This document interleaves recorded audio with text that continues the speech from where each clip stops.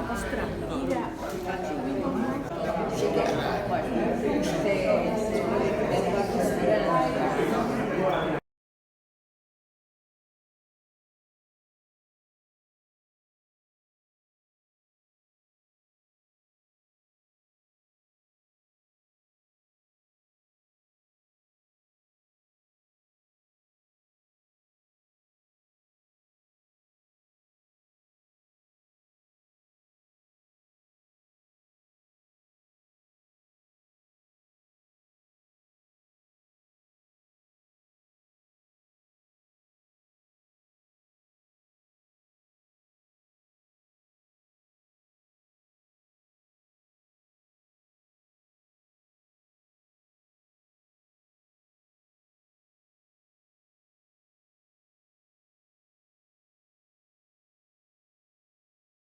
Sociales, más conocida como Flaxo, por su sigla, que es la sede académica argentina.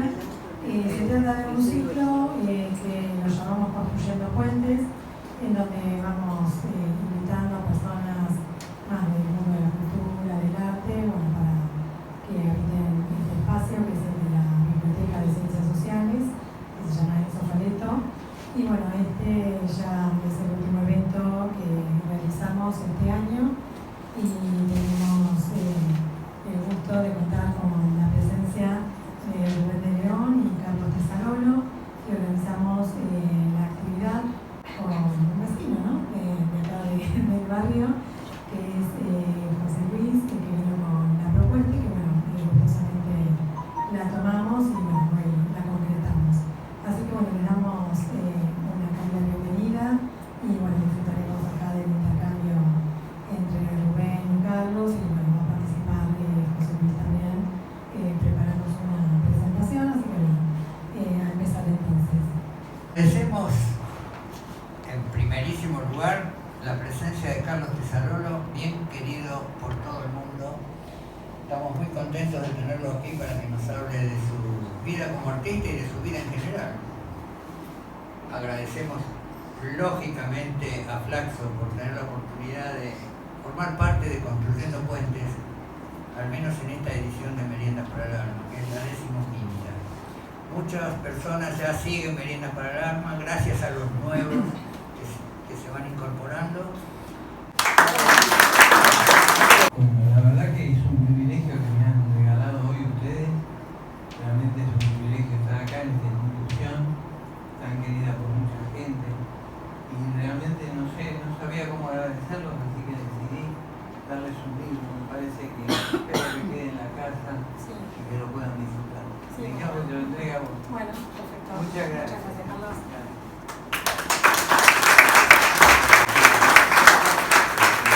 Sí. Yo supongo que todos saben por qué de chiquilín los miraba de adentro. Una vez me contaron, cuando yo recién iba al grupo de los bárbaros, que el joven niño correteaba por los talleres de Quinquela Martín. Después me enteré que el padre era pintor. Después vino Berni, Urruchúa, Policastro, infinidad de grandes artistas. Una vida dedicada al arte. Bueno, y él nos la va a contar, tenemos la oportunidad de tenerlo acá personalmente. Pido un aplauso porque es un gran maestro, actor, Creo que en el grupo de los bárbaros que somos nosotros, que ahí hay otro que se llama... Todas las especialidades del arte y la cultura. Marito, los bárbaros tienen un privilegio de tenerlo a él, porque es una gran persona, es un gran pensador, es actor, es músico, es escritor, es pintor, ¿qué más? Dramaturgo. O sea que tengo un privilegio bárbaro.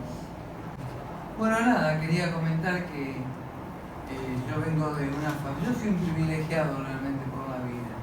Primero porque me dio una familia hermosa, que es la que actualmente también tengo, que tengo una señora que está por ahí y 2 hijos maravillosos, pero tuve un privilegio porque fui hijo de una familia de artistas. Mi papá era pintor, mi mamá era violinista, mi hermana cantante lírica. O sea que los sábados en mi casa era todos los días una farra, especialmente los sábados eran maravillosos. Y gracias a mi padre he tenido el privilegio de conocer La Boca, la época en que en La Boca iban todos los pintores de esa época, la mayoría emigrantes, que habían dado la vuelta de venida de Europa.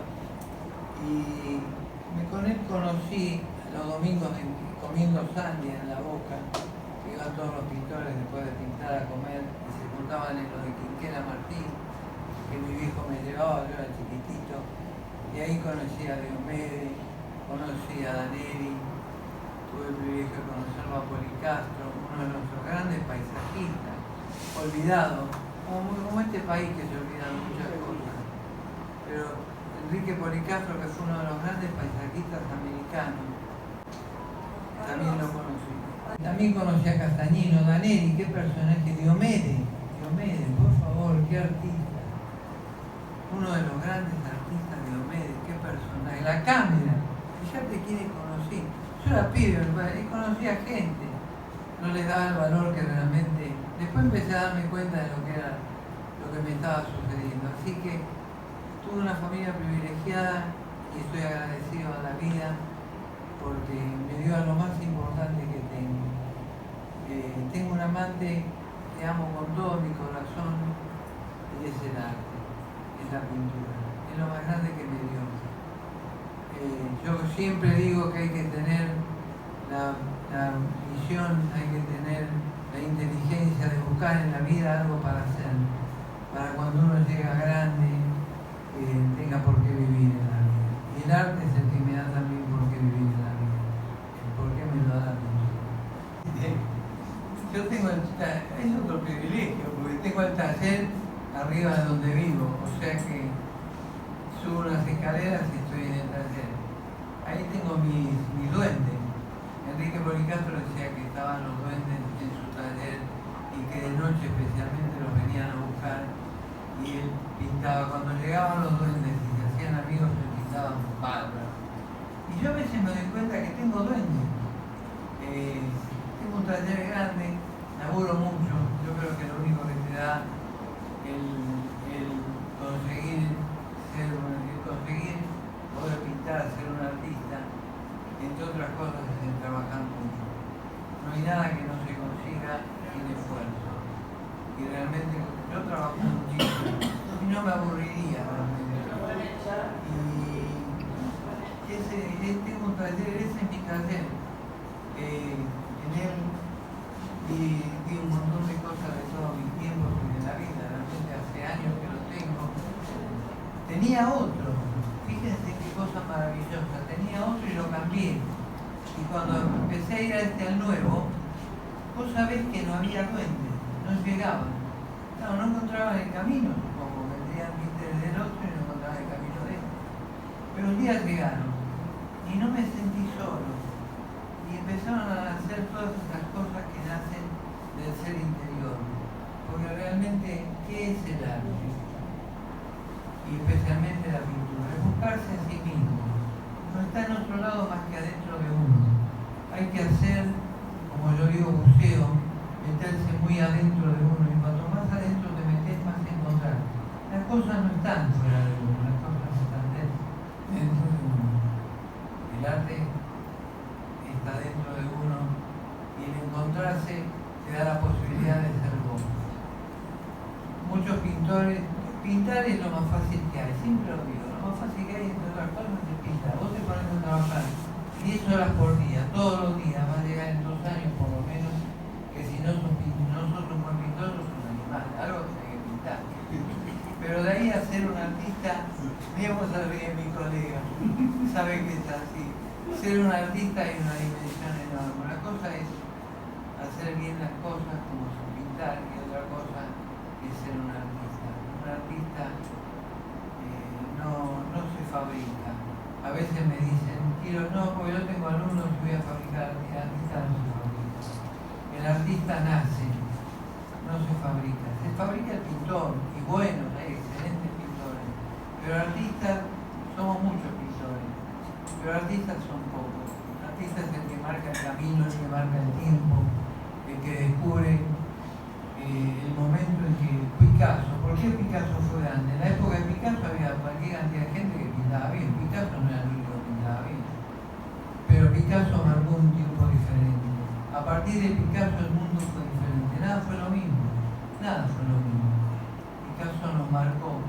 Él tiene una anécdota del peinado con cola de caballo, que empezaba a hacerse en una época de las mujeres, y ese peinado lo hizo Picasso en un cuadro. A partir de ese cuadro que hizo Picasso, no me acuerdo quién, con una cola de caballo, empezó a nacer para la moda de ustedes ese peinado. O sea que fue Picasso, nos marcó en eso.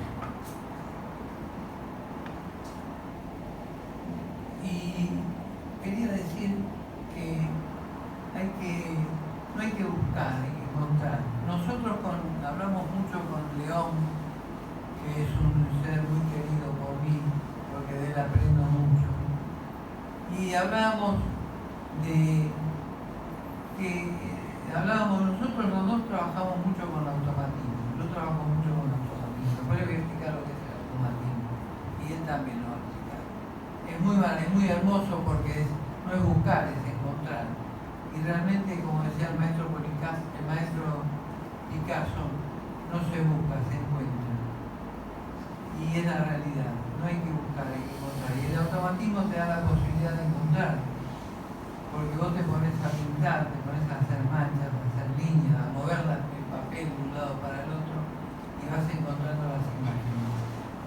Tus imágenes, porque en realidad él cuando pinta se pinta a sí mismo. Yo pinto una manzana y cuando pinto esa manzana todo granizo una manzana, no me estoy pintando a mí mismo. En realidad esa manzana soy yo. Eso es el buscarse, el encontrarse, el meterse adentro. Buscar dentro de uno. No vamos a leer los currículum porque ponen Google Carlos Tesarolo y se pueden pasar toda la noche o todo el día leyendo. Hay 1000 críticos que opinaron de su obra, de él, de su persona. ¿No es verdad, Rubén? Simplemente para que sepan que hay material de la trayectoria de Carlos en las redes, en internet. Tampoco vamos a estar mirando cuando lo tenemos acá presente. Qué cosa más rica haber escuchado lo que hasta ahora nos dijo, ¿no es cierto? Yo me animo a decirlo y estoy convencido que Rómulo era un gran artista. Es más, así no hubiera pintado, igual hubiera sido un artista. Porque era un artista grande. Se nos fue hace un tiempo, pero hemos vivido León también, hemos vivido cosas hermosas con Rómulo. Hugo, ¿qué opinas? Sí. Cosas muy lindas con Rómulo. Cuando Rómulo decía, Carlitos, menos es más. Yo me lo quedaba mirando y ya empezó a tomar mucho vino. Menos es más. Con el tiempo y los años me di cuenta de lo que decía. Pero realmente en arte especialmente, menos es más. Piénsenlo. La Biblia es un gran libro que tiene un montón de palabras. Lo más interesante es poder decir tanto como la Biblia, pero con pocas palabras. El que logra eso está logrando algo muy importante, que es la síntesis. ¿Qué es la síntesis en el arte? Bueno, vos lo sabés, ¿qué es la síntesis en el arte? Algo que la gente no se cree que llena el cuadro de cosas y ya hizo la gana. Y no es así. Los espacios valen, sirven. El espacio es la síntesis. Igual que el clima, el misterio, todo eso es lo que hace un cuadro. El clima, el misterio, la síntesis. Y Rómulo era un grande. Lo extraño mucho como otro, la verdad que lo quise mucho. Un gran tipo y de él aprendí mucho. Quédate con el micrófono porque vas a hablar de otro. Mirá quién te retrató. Mirá quién te retrató. No solo me retrató, me enseñó las primeras letras del abecedario del dibujo. Ese viejo me enseñó eso. Antonio Berni lo pintó de muchachito. Me hizo el retrato de chico. Un día le dice a mi padre, Che, Tano, traeme al pibe que lo quiero Y a partir de ahí empezó una gran amistad con Antonio. Yo era chico, pero empezó una gran amistad y me enseñó los primeros pasos del dibujo. Él me decía, ¿y qué hago, Antonio? Mira, lo más importante es mover la muñeca, hay que mover y desplazar. Me enseñó cómo tomar el lápiz con la carbonilla para dibujar, porque hay una manera. No se toma así de arriba y se dibuja así, se toma así y se dibuja así. ¿Para qué? Para que la muñeca tenga movilidad, pueda movilizarse y pueda hacer los cambios de la dirección de las líneas. Bueno, eso, Bernie fue otro gran amigo. Este muchacho, Pérez Ellis, estuvo en el Bárbaro compartiendo con muchos de ustedes, ¿no es cierto? Yo no lo conocí. No porque sea más joven, sino porque entré hace poco. Pérez Ellis, él se llamaba Celis Pérez. Pero se dio cuenta que Celis Pérez no pegaba ni con cola, entonces dijo, me voy a llamar Pérez Ellis. Pero él se llamaba Celis Pérez. Con Celis Pérez o con Pérez Ellis había cosas que no compartíamos y otras que sí. Otro gran amigo que la verdad que también realmente lo sufrí cuando me dejó, porque yo lo iba los sábados antes de ir al Bárbaro, lo iba a buscar a la casa, lo iba a buscar ahí en Carlos Calvo y 9 de julio, tenía la casa, lo iba a buscar, nos tomábamos un café o algo, él me enseñaba lo que estaba haciendo nuevo y después nos agarrábamos y nos íbamos para el Florida Garden. Íbamos a el Garden, nos tomábamos algo también y después nos íbamos al Bárbaro.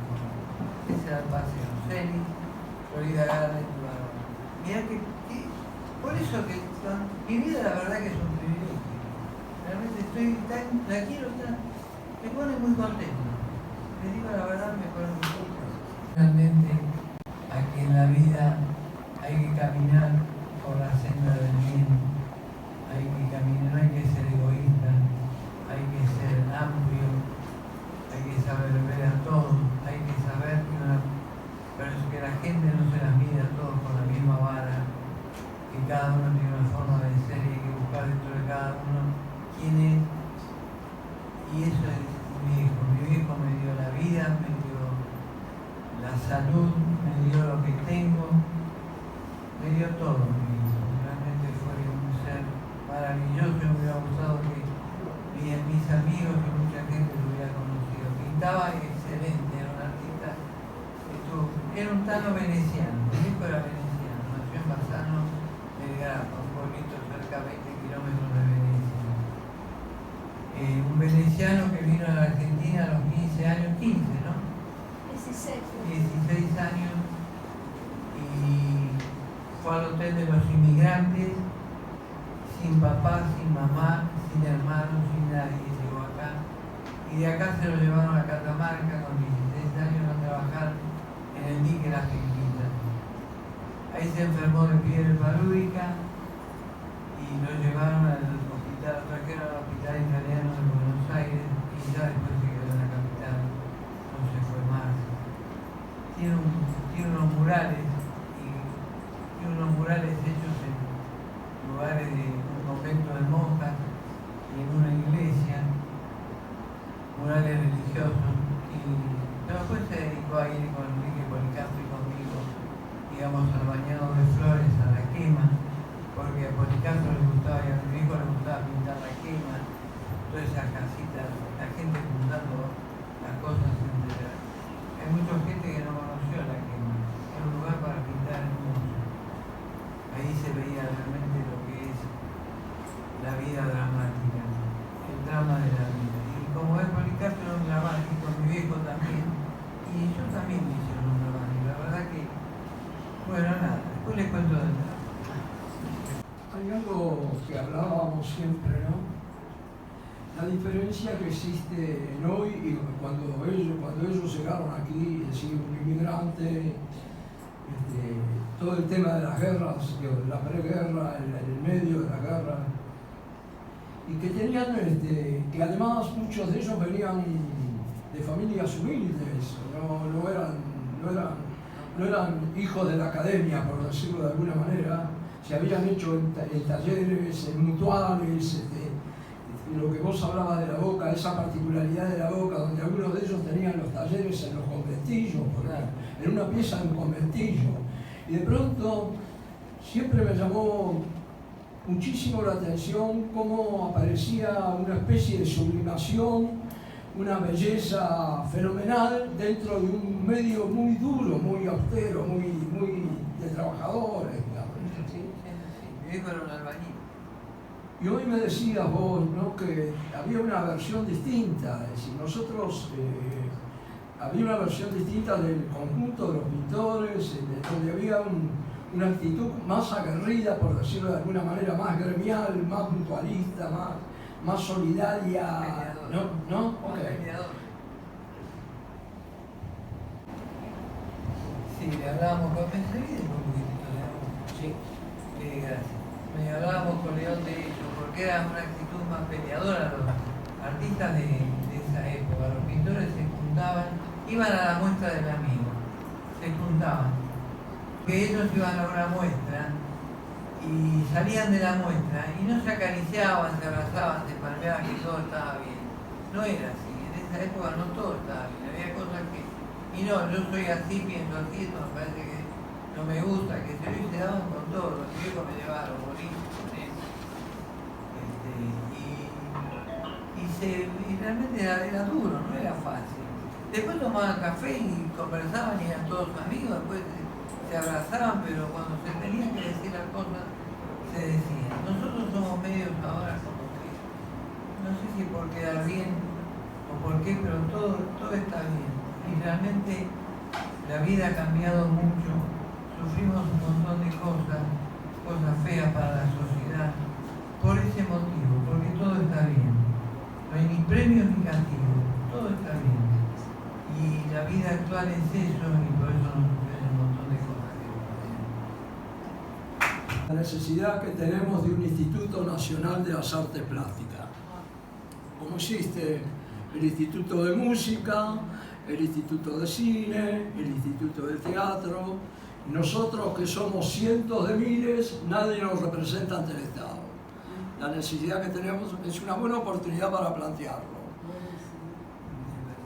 Bueno, hecho fundante. Policastro.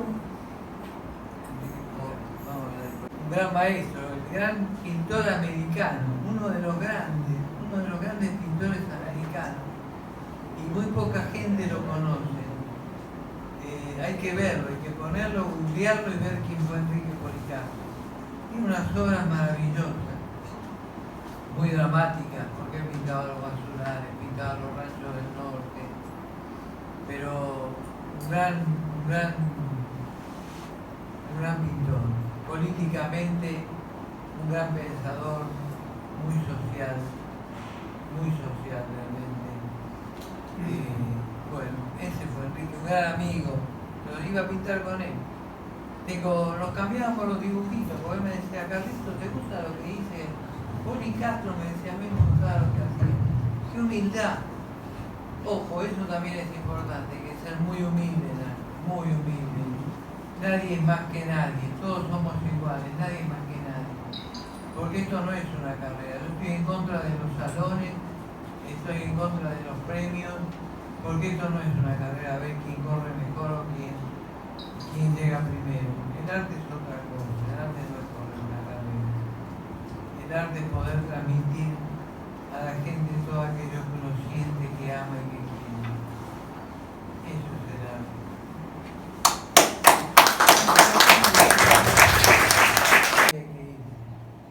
Como decía mi viejo, hay que dejar espacio a los que vienen atrás. Y Facundo fue realmente un gran amigo, qué tipazo, las cosas que decía, cómo inventaba. Pues yo no le quería un poco, la verdad. Él decía cosas, me hablaba de que había conocido a la Madre María, esto. Y yo decía, ¿será verdad? Pero tenía una capacidad y una facilidad tan grande de contar anécdotas, de contar cosas. Era un juglar. Y ese juglar lo teníamos en el bárbaro. Y ese amigo me escribió eso. Creo que se pasó. Creo que me quería más de lo que yo me merezco como pintor, realmente. Cuando habla de Gardel, habla de lo que habla, no. Creo que me merezco menos que... Hablando de merecer, este hombre se fue desarrollando acompañado de alguien. Gracias, Liliana. Bueno, no voy a decir lo que dice ahí, ya lo están leyendo. En realidad no me está acompañando, se quería escapar. Ah, Fue un gusto acompañarla gracias. en esa ruta. Esa es parte de tu trayectoria, ¿no es cierto? Bueno, las obras de Carlos hablan de él también. Expresionismo, misterio, color. Yo me callo la boca y ahora dialoguen ustedes. Chao. Cuando quieran que pase, paso.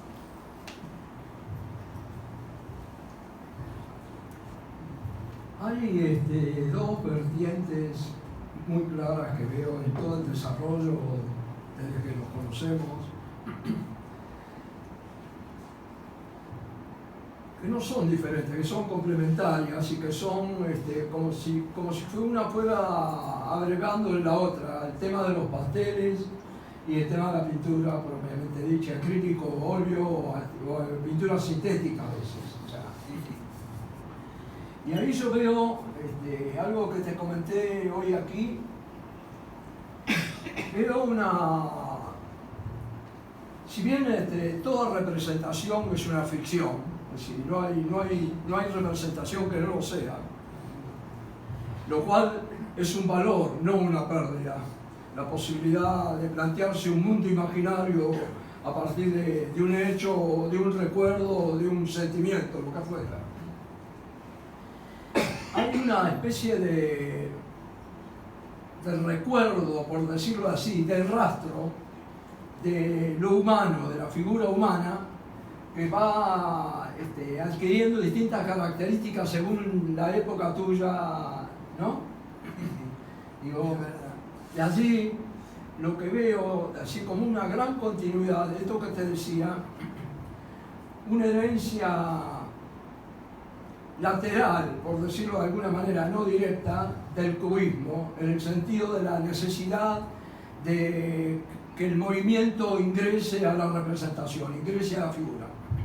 Y veo durante todo tu trabajo, en algunos pasteles, en algunos dibujos se ve mucho más, hasta donde la figura, por ejemplo, se faceta, ¿no? Y está generando esa sensación heredada del desnudo bajando la escalera de Duchamp, ¿no? Donde hay una gran representación que es cinética, que directamente es una representación en lo plano de lo que sería el cine. Pero de pronto yo veo en tu obra esa necesidad de establecer el movimiento, establecer el desplazamiento de la imagen. ¿Es así? Es así, vos sabés que es así, tenés razón. Vos sabés que antes hablaba de corrida, ahora me tengo que acordar. El que escribió el libro, quien escribió el libro mío, hablaba de eso, exactamente. Y decía cómo tenía la capacidad, qué maravilloso, dice, porque vos mezclás dentro de tu pintura un montón de expresiones. Mezclás la figuración con la geometría, con el cubismo. O sea, tenés razón, es verdad. Me sale solo, como yo no busco encuentro. Y por ahí dentro de un cuadrado me encontré con un ojo. Y pinto el ojo, me gustó el ojo, lo saco al ojo, lo hago lo mejor que puedo y me queda un cuadrado con un ojo. Después empezaré a buscar, a ver de qué manera lo relaciono un poco, pero sí, es verdad. Pero eso es porque no busco encuentro. Por eso digo que hay que encontrar las cosas. No hay que pasarse toda la vida buscando una billetera en el suelo para ver si encuentro plata. Hay que encontrar, como decía el maestro Picasso. Hay otra cosa que vos hablabas de Policastro y del duende, ¿no? Y en tu obra yo veo que hay una especie de morfología,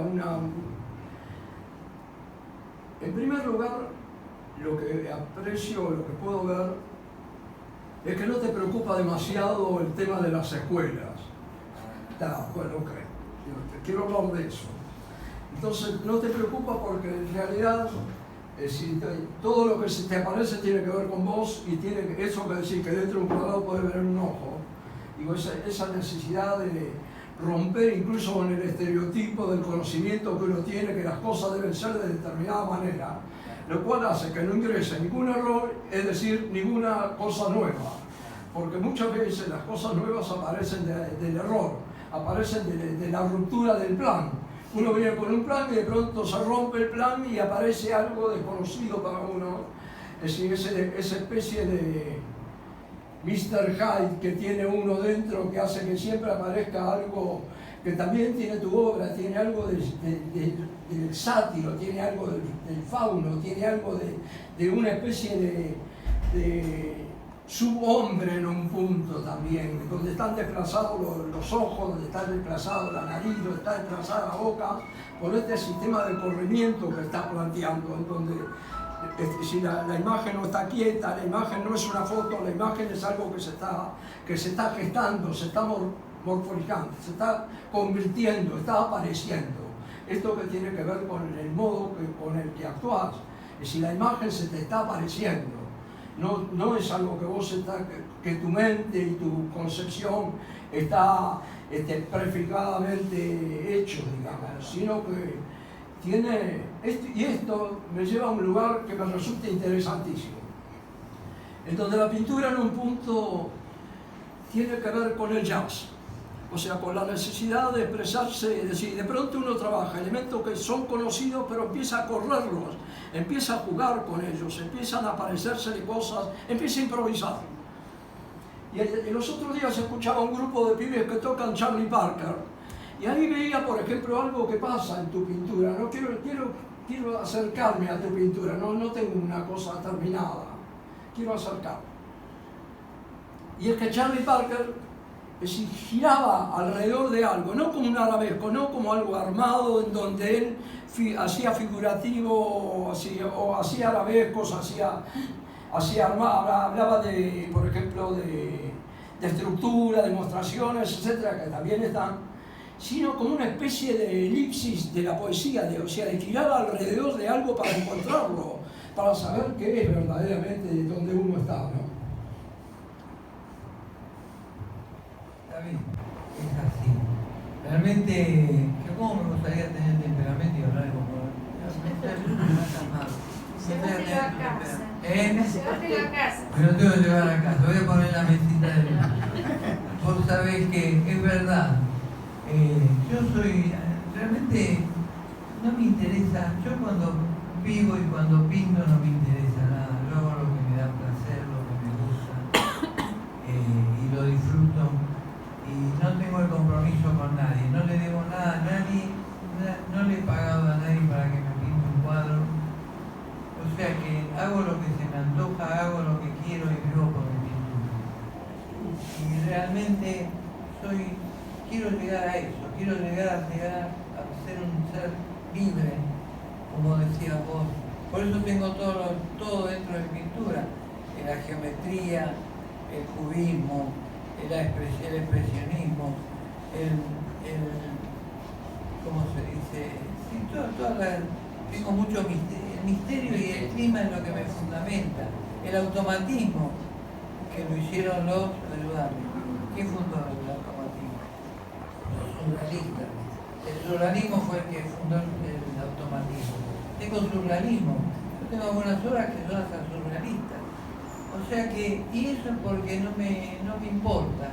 Como no me importa lo que dirán, no me importa si les gusta o no les gusta, cuando que me guste a mí, ya está, sirvió, valió la pena estas horas que me la pasé pintando. Vamos a hablar de la materia pastel, acrílico, óleo. Escuchame, si vos has pintado este erotismo, perdón, no me quiero meter en la vida de ustedes, pero que ha estado influenciado y recontra inspirado, ¿no? Para pintar estas cosas. Yo tengo ojo por una sola mujer. Perfecto, a eso me refiero. Le hago una pregunta sencilla y básica. Pastel, acrílico, óleo, cuando uno, cuando el otro, es aleatorio, es automático.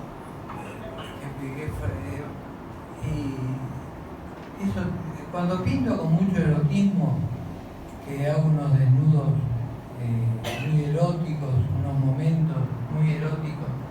En el libro están los cuadros eróticos, no sé si los vieron. Yo uso óleo. ¿Por qué óleo? Porque el óleo me parece que es el elixir que sirve para acariciar. Yo con el óleo acaricio. No me pasa con el acrílico. El acrílico, que es agua, no tiene la sensibilidad del aceite. Yo cuando echo la pincelada, no estoy diciendo un color, estoy diciendo una sensación y un momento de lo que me pasa. El óleo me da la posibilidad de que eso se extienda mejor, lo siento más y más sensual. El óleo, en realidad, el pincel es el elemento sensual más extraordinario que hay, porque es maravilloso lo que hace un pincel y lo que hace el óleo. En el acrílico no me pasa, yo uso acrílico, pero me gusta más el óleo y también me gusta mucho el pastel. El pastel como que me da más ligereza, trabajo más ligero y por ahí es mucho más espontáneo que el óleo. Bien. Parece, mira Cristo, todos en un momento somos Cristo. Mira Cristo, uno de los grandes, muchos me van a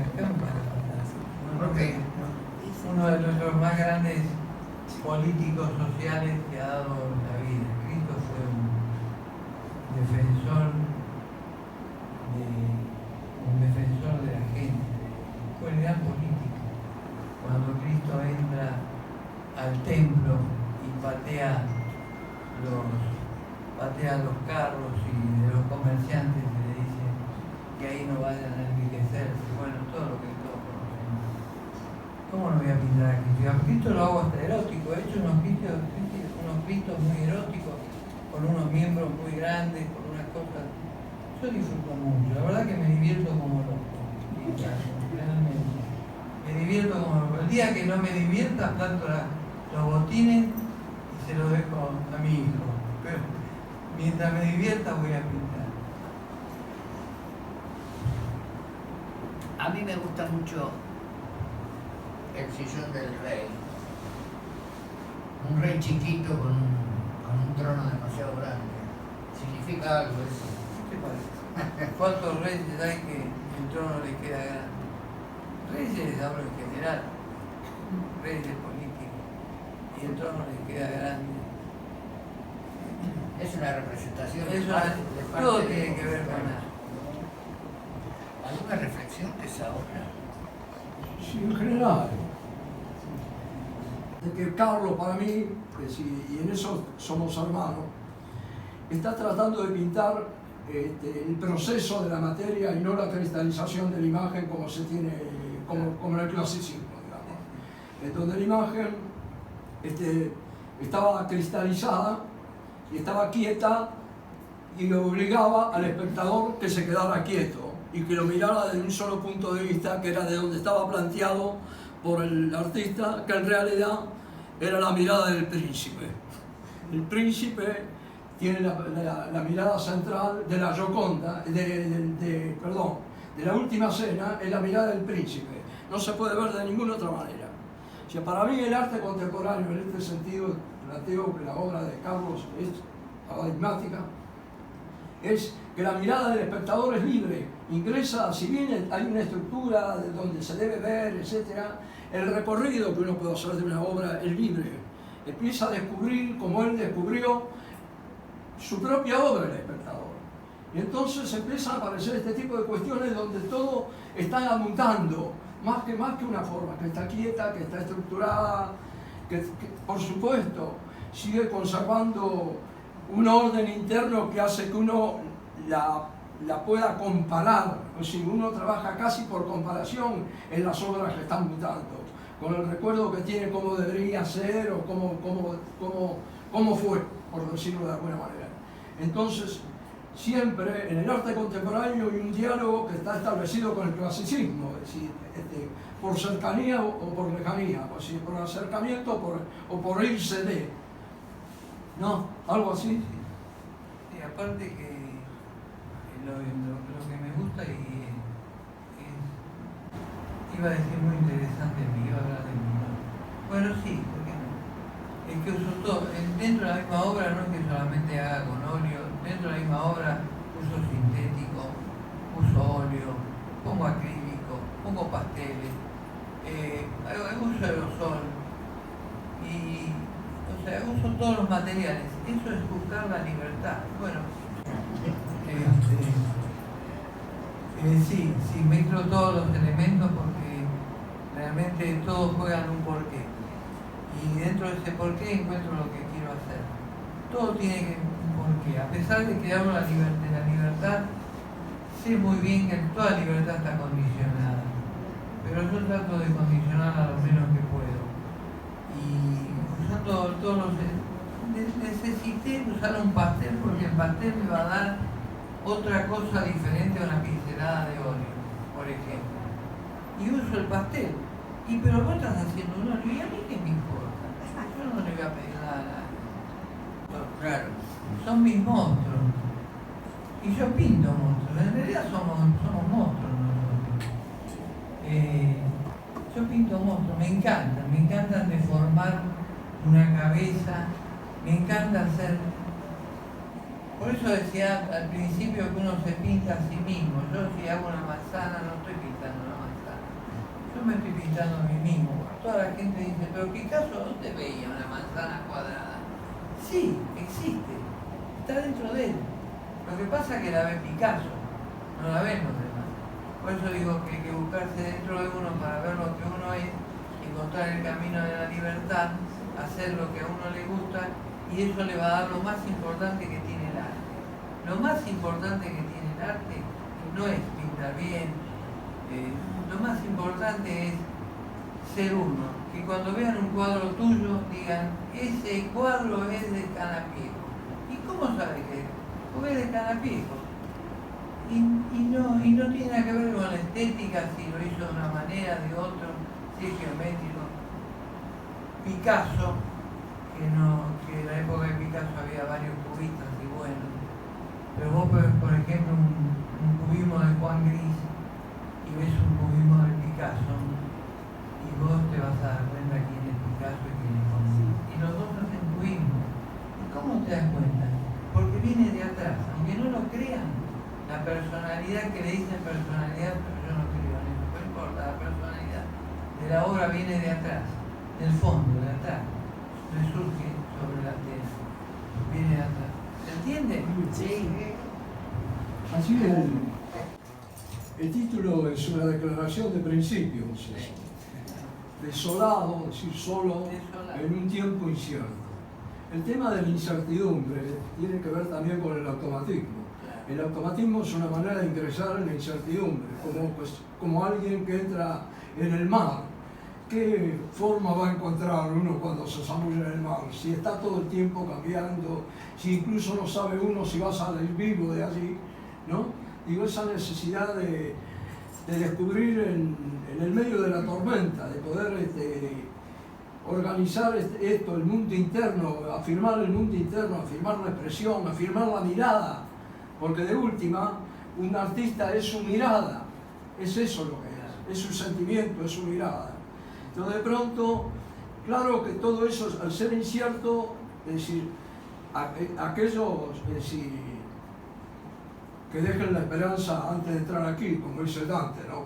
Si estamos en una situación así, estamos en una situación de gran incertidumbre, el principio de incertidumbre tiene 100 años, no fue ayer, tiene 100 años, no está asimilado, todo el mundo vive un mundo incierto que no acepta. Algunos se refugian en un pasado ideal que no existe, otros se refugian en un pasado mental que tampoco existe y se pierden la posibilidad de nadar en un mar desconocido.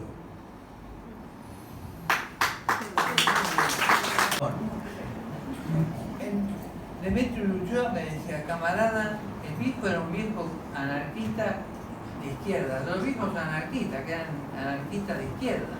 Eso era el viejo Policario, el viejo Ulloa, el vasco le decía, y hablando hace mucho. Y el viejo me decía, camarada, ¿cómo la pasó hoy? ¿Qué tal lo que los... ¿Escuchó bien lo que yo dije? Sí, me decía, bueno, mire, camarada, la pintura chiquitito así, pero uno mismo. Hay que ser chiquitito uno mismo, no grande y ser un montón de otros. Hay que ser uno mismo. Tenía ganas de decir. Está bonito. ¿Qué es la metamorfosis para ustedes? La metamorfosis.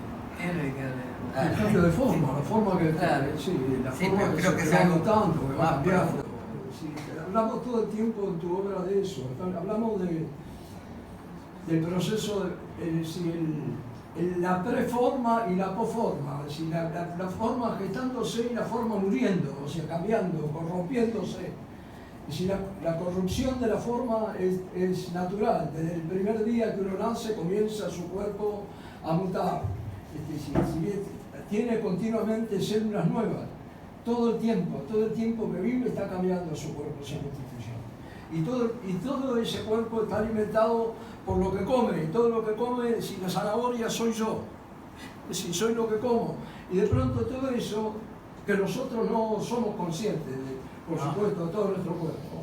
Si de pronto empieza a aparecer en esta especie de sueño que es el arte, en donde uno está libre, es decir, hay imágenes que, por ejemplo, pueden remitir al crimen, y no quiere decir que uno sea básicamente un criminal, pero quiere decir que hay un aspecto nuestro que tiene que ver con eso, que está siendo puesto ahí. A diferencia, quiero que planteemos un tema que es diferente de lo surrealista, es decir, que tiene que ver con el espíritu surrealista, pero que no es propiamente el surrealismo.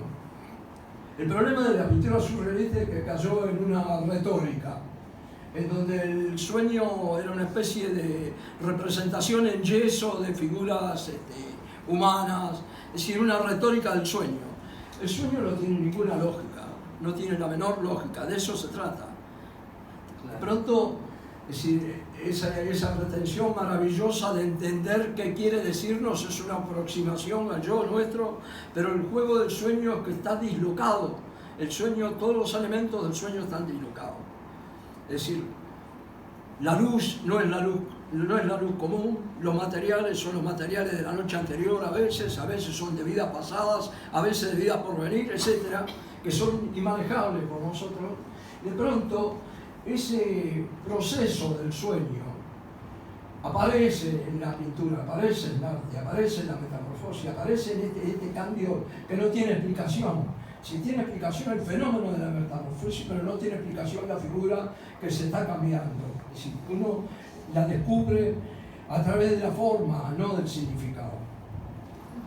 Hay algo que no me habías preguntado y que antes de seguir, porque si no nos alejamos mucho, maltratado muchas veces y un gran maestro, un gran artista y un gran maestro que fue Demetrio Luchu. Don Demetrio Luchu al Vasco fue un ser excepcional. Él fue el que decía chiquitito así, pero no mismo. Fue un gran artista, un gran maestro. Yo he pasado en su taller cuando íbamos todos los viernes y los sábados que nos daba clase, ahí arriba, en un conventillo, ahí en Rosatel, un conventillo arriba. Así que fue un gran artista. Quería decir eso porque la verdad que el viejo se lo merece.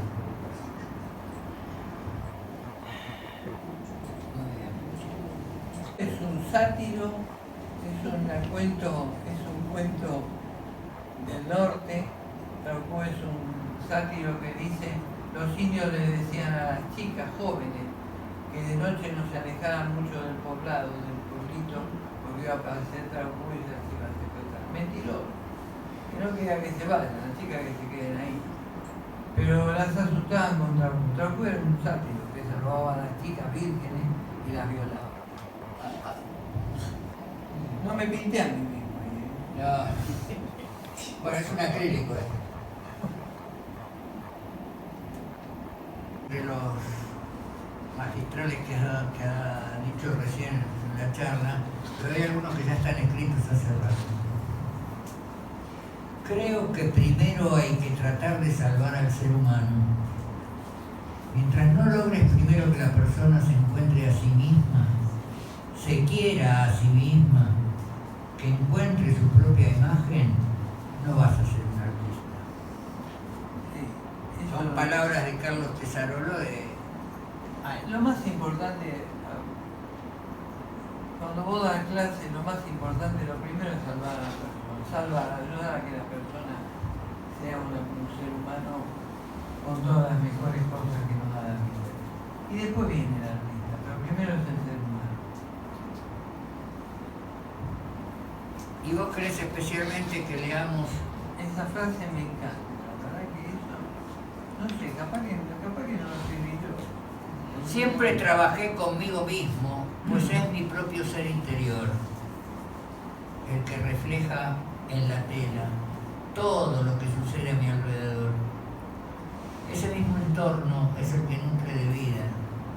Concibo al pintor con ese espíritu de libertad, con una filosofía de vida y una militancia constante en el arte.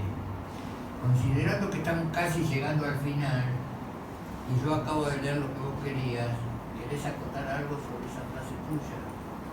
Bueno, habla un poco de todo lo que estuve diciendo, de encontrarse a sí mismo, de la militancia en el arte, porque no solamente uno está en el arte cuando está haciendo Carlitos de Canapico grabando o yo pintando, uno está en el arte con todo, cuando vas a hacer una muestra, cuando estás militando, a eso llamamos militancia, al estar metido en la cosa, no solamente decir voy a pintar para entretenerme hoy es sábado, me estoy aburrido, me voy a pintar para entretenerme.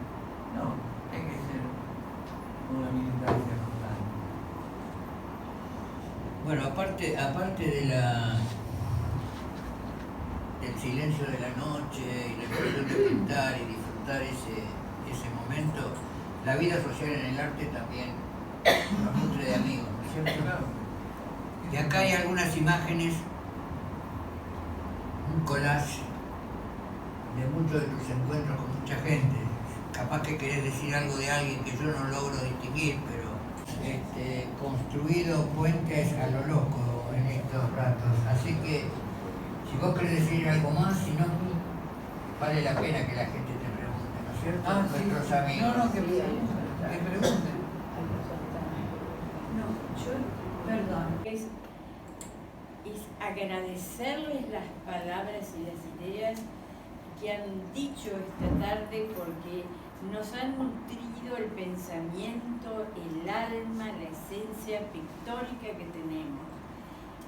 Tengo bastantes años y lo único que deseo es que en nuestro país quede una sociedad gubernamental para los pintores. Lo que yo pueda ayudar o con ideas o con esto, me pongo a disposición de ustedes. Porque estamos los pintores como medio sueltos y creo que es bueno que alguien los contenga, los congregue y bueno, eso le va a dar a la pintura misma una seriedad para el público que lo va a ir a ver. Todos vamos viendo cómo el pensamiento crítico se fue retirando del mundo del arte. Sí, no porque nosotros no pensemos, sino porque nosotros no ejerzamos una actitud crítica, sino que se fue perdiendo. Es decir, los críticos, los grandes críticos del pasado ya no están más. Es decir, los críticos que escriben actualmente en los medios están absolutamente ensobrados en todos los órdenes, no solamente en la pintura. Lo conozco en el teatro, lo conozco perfectamente. Sé cuál es la tarifa de cada uno. Digo, para que nos hagamos una idea de dónde estamos. Luego, nosotros organizábamos, cada quien organizaba el mundo de su exposición. Ahora hay un curador que es alguien que se autodefine universitario capacitado para organizar nuestro mundo. Digo, y ese tipo de cosas, y vamos perdiendo terreno. Entonces lo que me parece interesante de este tipo de reuniones es que nosotros tenemos que empezar a habituarnos a hablar en voz alta de nuestras obras, a hacerlas públicas, no solamente de colgarlas, sino de ahondar en ellas, ver qué escuelas, quién es que la hizo, de qué modo la hizo, cómo está relacionado, es decir, tener una actitud con nuestra obra más militante. no solamente personal, de participar con la obra solamente, sino de empezar a trabajar el campo del arte de otro lado, es decir, de nosotros mismos, que es un hecho de autodefensa, casi diría. ¿No? ¿Qué les parece hoy día? Desde el contenido. Bueno, enseñar a ver esto, que es un poco eso, siendo a manera de ver, a manera que puestas en entes abstractos llamados algoritmos, unos nuevos dioses del Olimpo que están circulando, y de pronto vemos que la percepción, el modo como se ve el mundo es fundamental. Y todos ustedes y cada uno de nosotros tiene una manera particular de ver el mundo, no tiene una manera genérica del mundo, tiene una manera particularísima del mundo. Yo creo que la mirada de los artistas es el último reducto de la libertad individual. Entonces, estamos ante una situación donde tenemos que hacernos cargo de esto, de esa incertidumbre en la que vivimos, que está planteada allí, y que de alguna manera conducir este tipo de acciones, es decir, ser solidarios unos con los otros y levantar la voz y empezar a hablar y tener opinión en los medios, y generar medios propios, generar maneras de hacerlos propios. Y esta es una oportunidad porque me parece que está abriendo una puerta a esta manera de actuar, que no es solamente mostrar imágenes, sino que mostrar una vida, mostrar el modo como se generaron las imágenes, mostrar las influencias. Para mí un gran artista es aquel que se hace cargo de lo que hace, no es todo original. Si todo el mundo está luchando por convertirse en algo único y sin embargo uno es como una de esas colchas de crochet que tiene pedacitos cosidos y que termina haciendo otra cosa nada más que cambiando la posición. Si yo veo cosas, yo veo a tus maestros ahí, los veo directamente aplicados, pero el gran desafío es hacerse cargo de eso que uno es.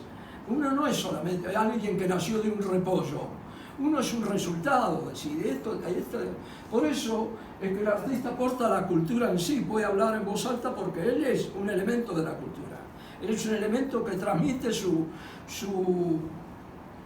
ancestro, por decirlo de alguna manera. Todos somos hijos de alguien, muy bien. Y esto de ver me gusta, hay que enseñar a ver, porque la gente, todos miran mucho, pero ver no ven casi nada. Hay que enseñar a ver, no solo mirar, hay que ver. Porque cuando digo ver, y esto yo tenía ganas de decir, cuando digo ver hay que aprender a ver una hoja, o el tronco de un árbol. Un tronco de un árbol no es una cosa marrón, es una cosa que tiene negro, blanco, rojo. Hay que enseñar a ver, no solo a mirar.